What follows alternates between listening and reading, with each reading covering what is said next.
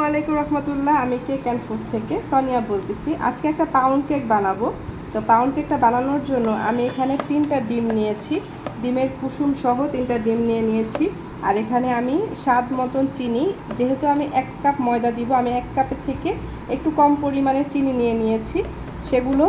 আর হলো তেল, আর হলো একটুখানি লেবুটা কতখানি দিবেন, 4 ফালির 1 ফালি লেবু, সেটা ভালোভাবে দিয়ে তারপরে এগুলো আমি ভালোভাবে মিশিয়ে নিয়েছি। আর আজকের কেকটা কিন্তু আমি কোনো বিটার ইউজ করি নাই, পুরো সম্পূর্ণ কেকটাই আমি হাত দিয়েই করেছি, একটা চামচ দিয়ে নেড়ে তারপরে করেছি।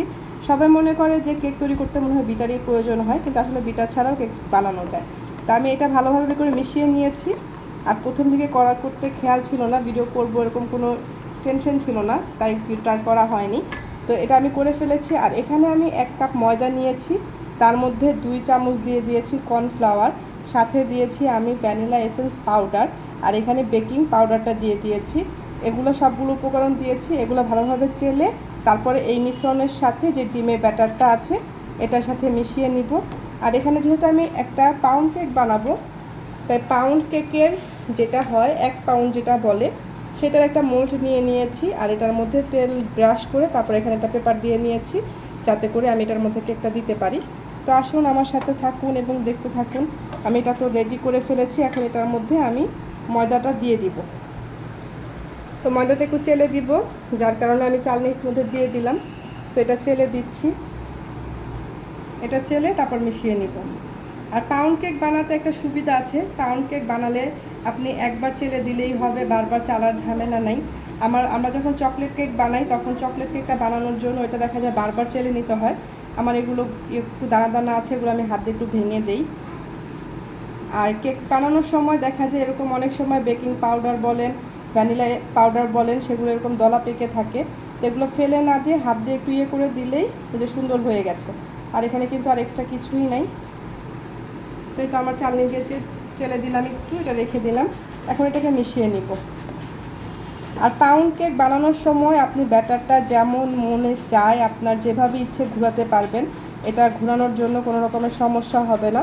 কিন্তু আমরা যখন স্পঞ্জ কেক বানাই তখন কিন্তু ব্যাটারটা একভাবে করে আলতোভাবে নাড়তে হয়। কিন্তু পাউন্ড কেক বানালে একটা সুবিধা, যে ব্যাটার আপনি যেভাবে ইচ্ছে আপনি ঘোরাতে পারবেন, নাড়াতে পারবেন, কিছু হবে না। তো আমি এটা ভালো করে মিশ্রণটা করে নিই, তারপরে আমি ইয়াতে ঢেলে দিব বাটিতে। এটা ভালো করে মিশ্রণটা মিশিয়ে নেবেন। এই কাজটা কিন্তু চাইলে বিটার দিয়েও করতে পারেন। তো আজকে আমি বিটার করব না, আমি সম্পূর্ণটাই হাত দিয়ে করব, যার কারণে আমি সম্পূর্ণ মিশ্রণটা ভালোভাবে হাত দিয়ে করে নিচ্ছি।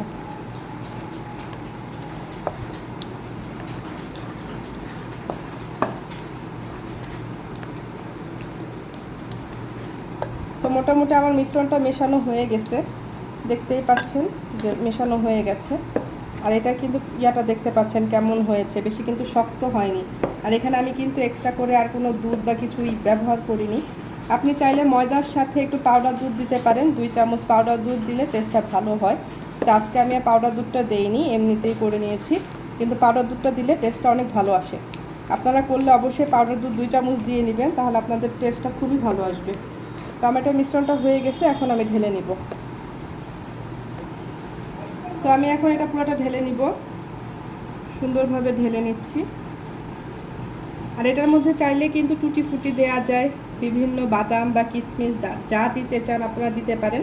তো আজকে আমি যেহেতু ফ্রুট কেক করব না, নর্মাল প্যান কেকটা কেকটা করবো, প্লেন কেকটা, পাউন্ড কেক যেটা প্লেন পাউন্ড কেক ওইটা করব, যার কারণে এখানে আমি আর এক্সট্রাভাবে কিছু মেশালাম না। আপনারা যদি ফ্রুট কেক করতে চান তখন ড্রাই ফ্রুট যে আইটেমগুলো আছে সেগুলো মিলিয়ে দিলে খুব সুন্দরভাবে হয়ে যাবে। তো ইনশাল্লাহ আপনাদেরকে আমি সামনে অবশ্যই ফ্রুট কেক কীভাবে করে সেটাও দেখাবো, পাউন্ড ফ্রুট কেক। তো আজকে শুধুমাত্র প্লেন পাউন্ড কেক যেটা সেটা করছি, তাও আবার ভ্যানিলা ফ্লেভারের। তো এই তো সবগুলো দিয়ে দিলাম। তো এইটা এখন আমি চুলায় বেক করব, ওভেনে করব না, আমি মূলত চুলাতেই করি। তো আপনাদের সাথে চুলার ভিডিওটা অন্য আরেকদিন শেয়ার করব। ভালো থাকবেন সবাই, আল্লাহ হাফেজ।